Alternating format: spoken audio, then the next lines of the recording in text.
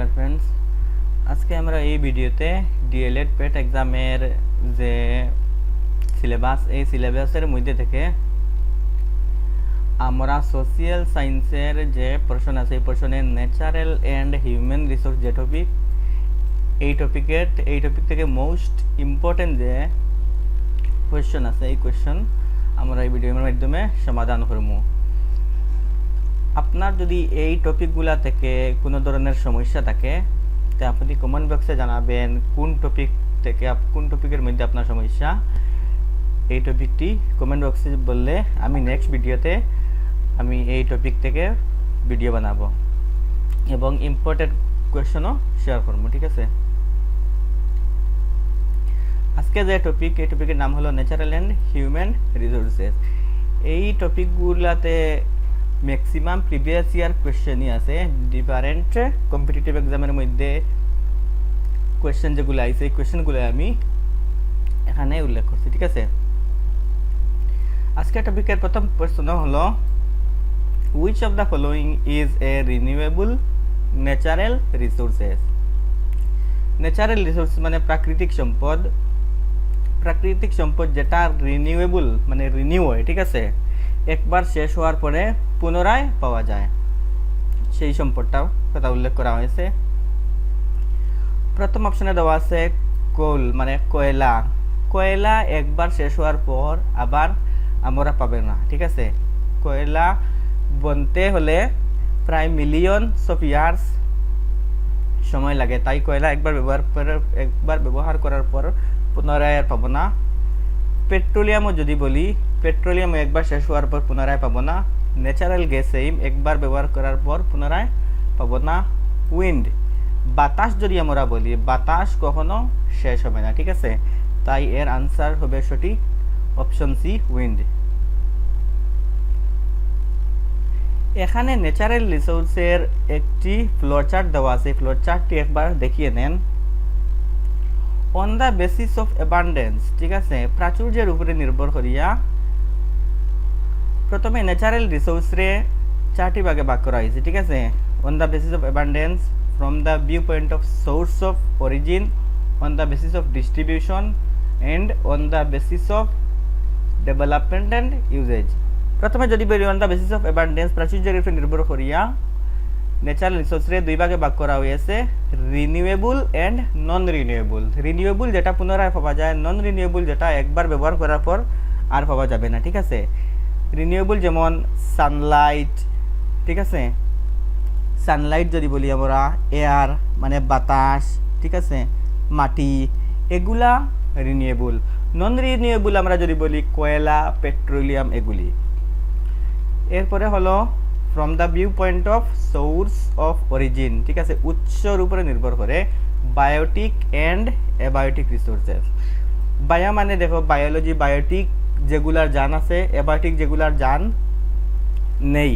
ঠিক আছে, বায়োটিক যদি আমরা বলি যেমন মানুষ হয়ে যাবে, ঠিক আছে, উদ্ভিদ, গাছপালা। অ্যাবায়োটিক যদি বলি আমরা সেম সানলাইট, মাটি, সয়েল, ঠিক আছে, এগুলো হবে অ্যাবায়োটিক। নেক্সট হলো on the basis of distribution. ঠিক আছে, ডিস্ট্রিবিউশনের উপরে নির্ভর করে, ভাগের উপরে নির্ভর করে ইউনিভার্সাল অ্যান্ড লোকালাইজড। ইউনিভার্সাল যেটা পুরা পৃথিবীতে পাওয়া যায়, যেমন সানলাইট পাওয়া যায় পুরা পৃথিবীতে, মাটি আছে পুরা পৃথিবীর মধ্যে পাওয়া যায়, এয়ার বাতাস আছে পুরা পৃথিবীর মধ্যে পাওয়া যায়। লোকালাইজড রিসোর্সেস যেমন কয়লা, পেট্রোলিয়াম, এগুলা। এরপরে হলো on the basis of development and uses. ঠিক আছে, উন্নতি এবং ব্যবহারের উপর নির্ভর করে real resources and potential resources. Real resources এই রিসোর্সেসগুলা যেগুলো আমরা বর্তমানে ব্যবহার করতেছি, যেমন কয়লা, পেট্রোলিয়াম। পটেনশিয়াল রিসোর্সেস এইগুলা যেগুলা অ্যাভেলেবল আছে কিন্তু আমরা ব্যবহার করতে পারতেছি না, আমাদের কাছে এরকম টেকনোলজি নেই যে আমরা ব্যবহার এগুলা করতে পারবো। যেমন বলা হয়েছে যে ব্রহ্মপুত্রের নদী থেকে ইলেকট্রিসিটি জেনারেট করা যাবে, হাইড্রো ইলেকট্রিসিটি, কিন্তু এখনো পর্যন্ত এরকমভাবে করা যাতে উপলব্ধি করতে পারতেছি না। ঠিক আছে, এটি হবে পটেনশিয়াল রিসোর্সেস, মানে বর্তমানে উপলব্ধি আছে কিন্তু ব্যবহার করতে পারছি না। Question number 2. Human beings are considered which type of resources? আমরা মানুষ হলাম কোন ধরনের সম্পদ? Natural resources, human resources, renewable resources, নন রিনিউয়েবল রিসোর্সেস। ন্যাচারাল রিসোর্সেস যেটি প্রকৃতি থেকে পাওয়া যায়, ঠিক আছে, যেমন বললাম না, সানলাইট, এয়ার, সয়েল, এগুলা। রিনিউয়েবল যেগুলা একবার ব্যবহার করে পুনরায় পাবো, এগুলা। নন রিনিউয়েবল যেগুলো একবার ব্যবহার করে পুনরায় পাবো না। তা মানুষ কোন রিসোর্সের মধ্যে আমরা পড়ি? মানুষ আমরা হিউম্যান রিসোর্সের মধ্যে পড়ি, ঠিক আছে। রিসোর্স তিন প্রকার আছে: natural resources, human resources, human made resources, ঠিক আছে। Question number 3. Which of the following is not a natural resources? নিচের কোনটি ন্যাচারাল রিসোর্সেস, প্রাকৃতিক সম্পদ নয়? ওয়াটার নেচার থেকে আমরা পাই, ন্যাচারাল রিসোর্সেস। এয়ার, বাতাস, ন্যাচারাল রিসোর্সেস, প্রকৃতি থেকে আমরা পাই। সয়েল আমরা প্রকৃতি থেকে পাই। কিন্তু প্লাস্টিক মানুষে তৈরি করে, ঠিক আছে। প্লাস্টিক মানুষের দ্বারা তৈরি, হিউম্যান মেড রিসোর্সেস। তাই অপশন সি হবে সঠিক অ্যান্সার। নেক্সট প্রশ্ন হলো question 4. Which resource is formed over millions of years? Millions of years, million বছরে কোন রিসোর্সটি গঠিত হয়? আমরা যদি দেখি সোলার এনার্জি সব সময় সর্বত্র আছে, এটি বনতে হয় না, ঠিক আছে। উইন্ড এনার্জি যদি বলি সর্বত্র আছে, বনতে হয় না। ফরেস্টও একদিকে আমরা শেষ করতেছি এবং অন্যদিকে পুনরায় সৃষ্টি হইতেছে।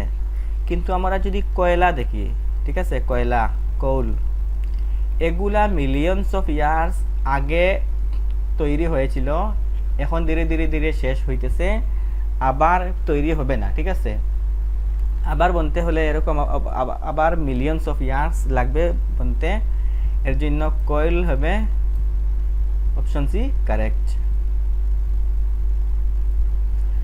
Question number 5. Which is an inexhaustible resources?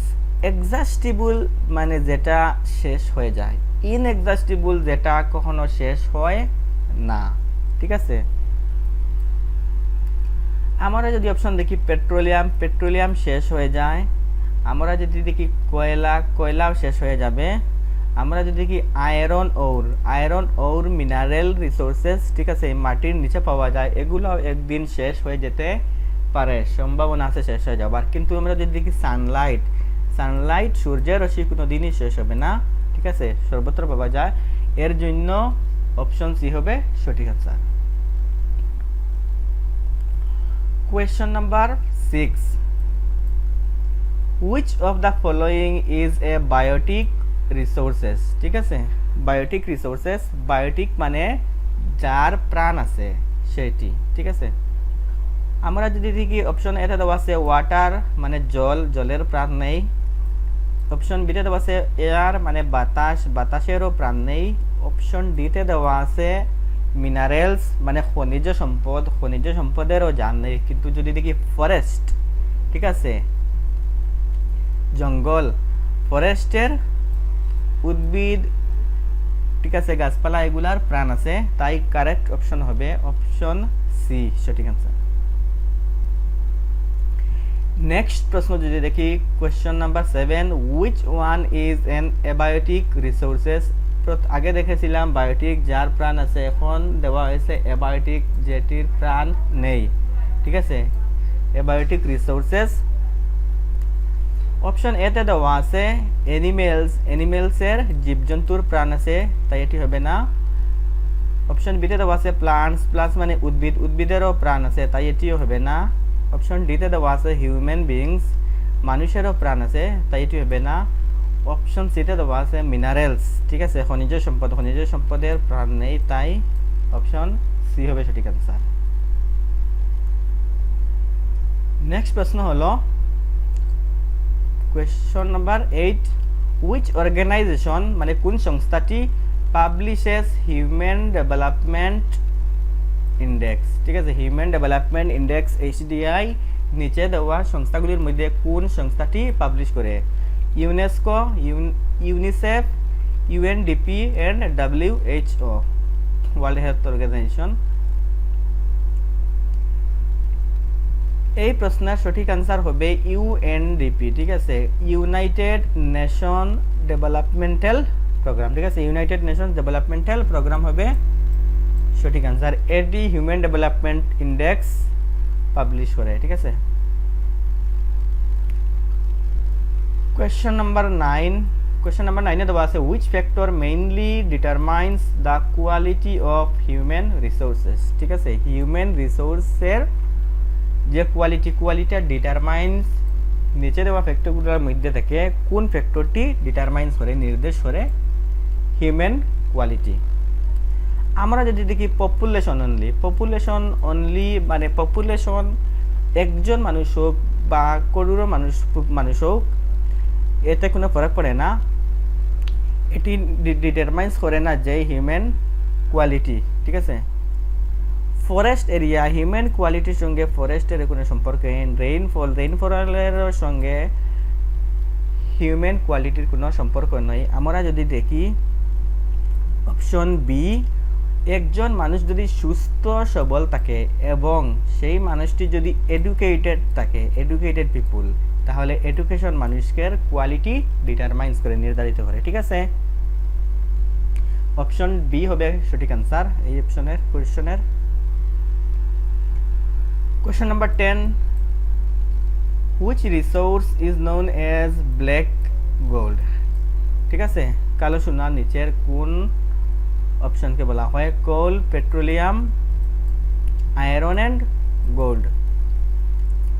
এর সঠিক আনসার হলো পেট্রোলিয়াম, পেট্রোলিয়ামকে কালো সোনা ব্ল্যাক গোল্ড বলা হয়, ঠিক আছে।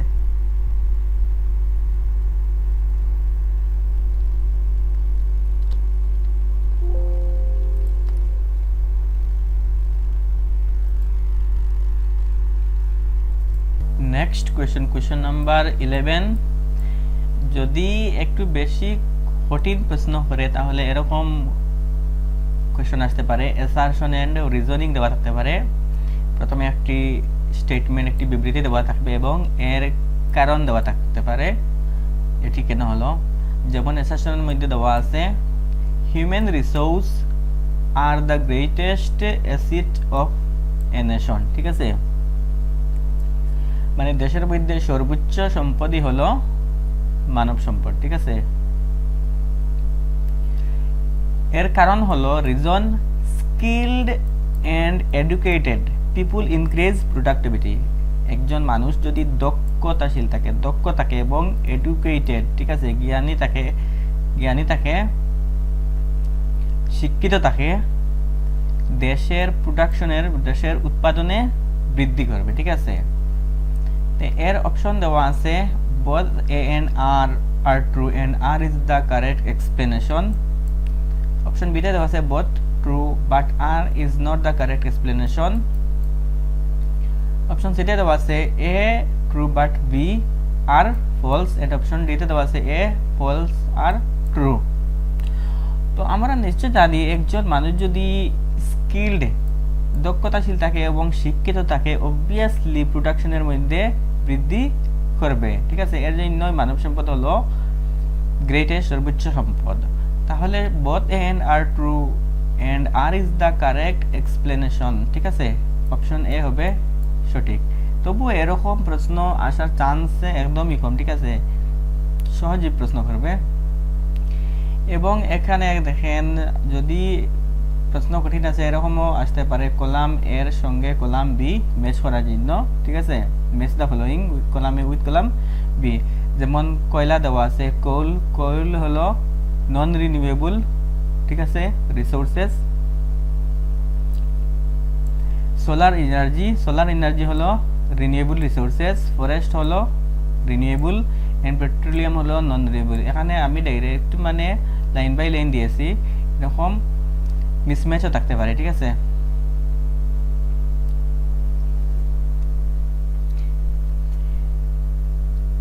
এখানে সমাপ্ত করলাম এই topic, natural and human resource টপিকটি সমাপ্ত করলাম। নেক্সট একটি ভিডিওতে আমি atmosphere and its different layers এই টপিক নিয়ে আলোচনা করবো। যদি কোনো টপিকের মধ্যে কনফিউশন থাকে কমেন্ট বক্সের মধ্যে জানাবেন, আমি কমেন্ট বক্স দেখে নেক্সট ভিডিওতে কমেন্ট বক্সে যে প্রবলেম এটি সমাধান করার চেষ্টা করব। ঠিক আছে, থ্যাংক ইউ।